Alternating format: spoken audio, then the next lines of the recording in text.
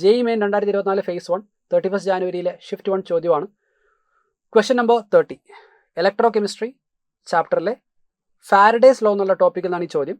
1 farad of electricity liberate x into 10 to the power minus 1 gram atom of copper from copper sulfate. X is gram atom എന്ന് പറഞ്ഞാൽ മോള് തന്നെയാണെന്നുള്ളത് നമുക്കറിയാം.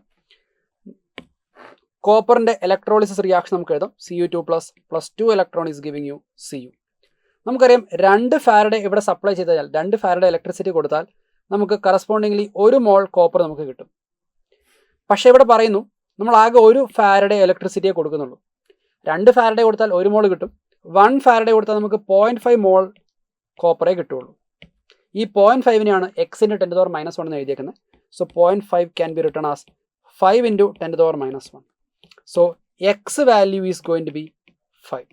X value 5 ആയിരിക്കും. ഇവിടുത്തെ integer correct answer എന്ന് പറയുന്നത് 5 ആയിരിക്കും.